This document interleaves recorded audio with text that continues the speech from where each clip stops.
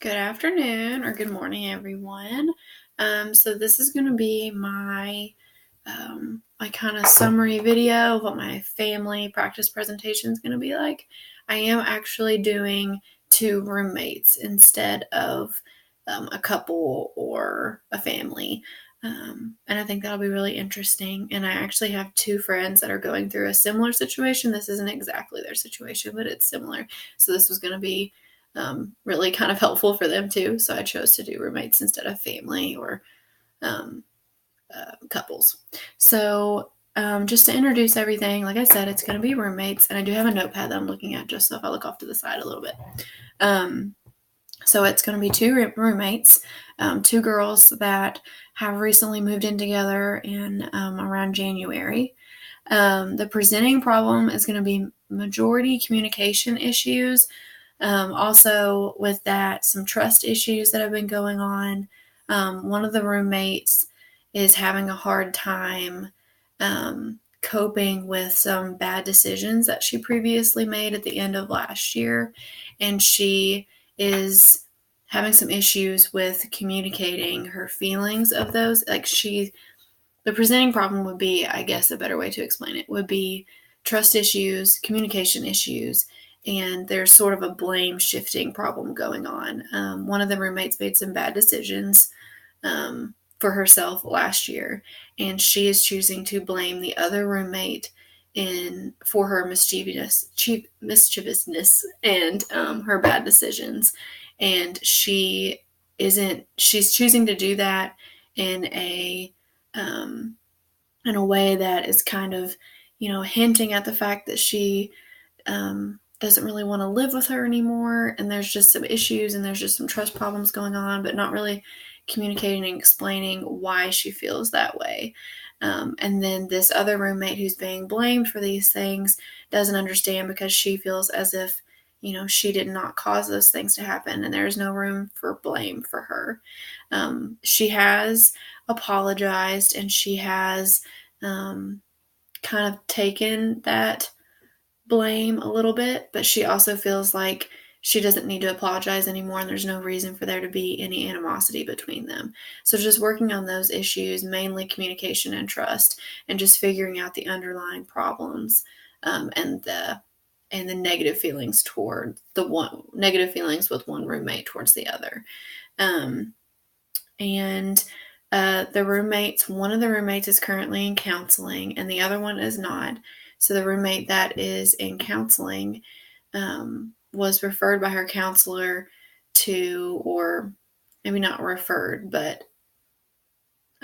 persuaded, I guess, or just they had a discussion with her counselor, and that counselor said that maybe they should do some counseling together if they want to remain friends and they want to remain roommates and solve these problems. Maybe they should try going just to a few sessions together. So she didn't want to do that because she already knows the roommate's counselor didn't want to be that counselor because she already has a relationship with one of the roommates. But so this agency was the agency that they chose together. Um, the model or theory or practice approach that I chose was the task centered practice. I decided that this would be better just because there's no diagnosis, there's no like addiction or anything like that involved. Both roommates do have anxiety issues, and one of them is definitely, I guess, a quote unquote people pleaser. So that drives a lot of her decisions, that drives a lot of her actions, and her emotions stem from that a lot. So, not necessarily any kind of mental health that we're working with besides the anxiety, of course, and just the mental health of working through the communication problems, the trust problems, and the negative feelings towards each other, those problems. But the task centered practice model approach uses evidence based practice models to approach the clients, in this case, two clients, situations with specific and achievable goals to target the problem. So I already stated what the problem was. So the steps or the interventions that go along with this model, you define the problem. So we will work towards defining the main problem. Then next we will establish some goals. So what can each one of them do individually, and maybe some goals that they can come together and do together to solve these issues. Work on the goals and review those goals. So come back after working on the goals for a set amount of time, come back and review those goals and see if things have been solved, see if feelings are more positive now, see if there's any more trust issues, communication issues, or just at least see how those have improved or if they have improved. A treatment plan, what that's going to look like is going to be based on both of the clients, of course. Anxiety will play into that, but since I'm not focusing on a diagnosis per se, we'll mention it, of course, because that definitely has to do with how you make decisions and how your feelings are towards situations. So that'll be a little bit of the focus, and also the personalities. The one that has mentioned that she is a people pleaser, that will definitely have to be addressed, just because that's not necessarily healthy all the time when it comes to negative things going on and not communicating about things and the trust issues. Some more detailed goals that I would put on the treatment plan, or I'm going to put on the treatment plan, will be improved communication, of course, individual therapy and counseling. I know one of the roommates is already in counseling, but referring the other one to a counselor, or just suggesting that maybe if she would see her own counselor, that may, or, it could be myself because I don't already have a previous relationship, but that may help her out a lot in making decisions and working through some things. So improved communication, individual therapy or counseling, and also some journaling. I thought about bringing the journaling in to work on, I had written it down. The journaling would work in defining the problem, to sit down and think about what they individually see as the issue.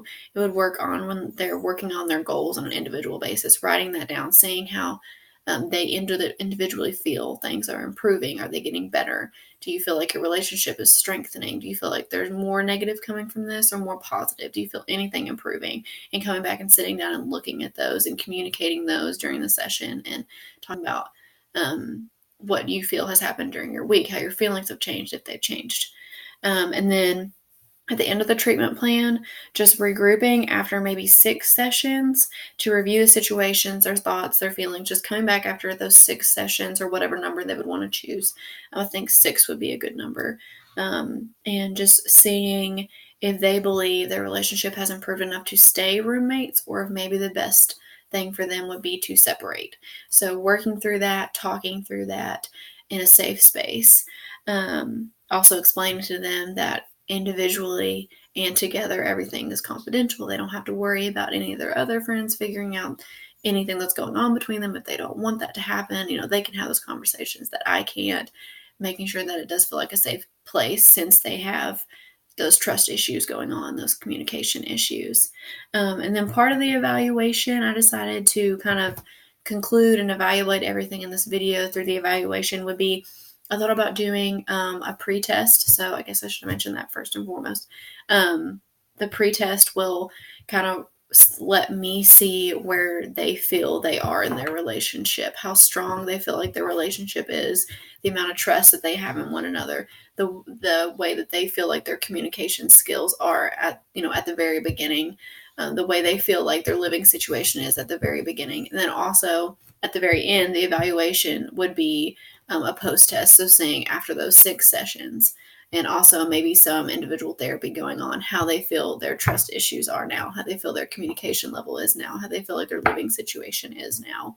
And then success also just for the practitioners, just for their knowledge, just for the input of that part of it, just the session, scaling the session and letting the practitioner know, letting the agency know how the practitioner did. Did they help at all? Did they help anything improve? Did they help, empower them individually and as roommates and friends? Did they improve anything? Did they give them tools to help them in the future and right now? Just that kind of thing with the pre-test and the post-test. And then concluding it would just be going back over that these are 2 roommates that have been friends for a really long time. And they, now is the time that they just graduated college and they moved in together in August. And then around December, one decided that they were not living the way that they wanted to live. And they chose to see that about themselves and use that kind of against the other roommate. And the other roommate wants to stay friends and they want to stay roommates.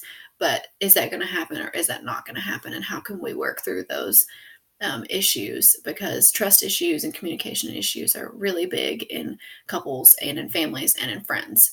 And to stay friends, to stay roommates, we would have to work through some of those things. So that would be a summary of what my presentation is going to look like. So I hope you guys find it interesting and educational. Thank you.